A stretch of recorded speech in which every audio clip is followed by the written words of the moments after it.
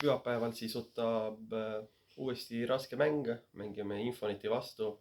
Juba oleme nende vastu 2 korda kohtunud liigas ja karikas ja pidime tunnistama nende, et nad olid meist paremad, aga tuleb sihuke huvitav väljakutse meie meeskonna jaoks, et tahame parandada, et kui eelmised 2 mängu kaotada, siis tahame kindlasti kodus neid üllatada. Me juba eelmine mäng Leegioni vastu suutsime seda teha ja nüüd me üritame samuti Infoneti üllatada.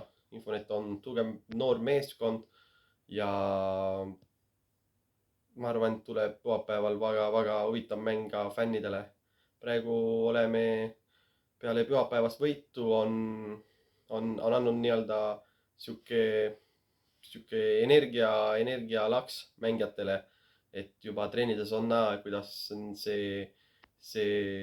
kuidas need 3 punktid on neid mõjutanud ja tegelikult sihuke praegu see nädal töötame väga positiivse keskkonna sees ja ma arvan, et pühapäeval, kui niimoodi jätkame, lähme õige jalaga väljaku peale, siis saame kindlasti punktide peal mängida.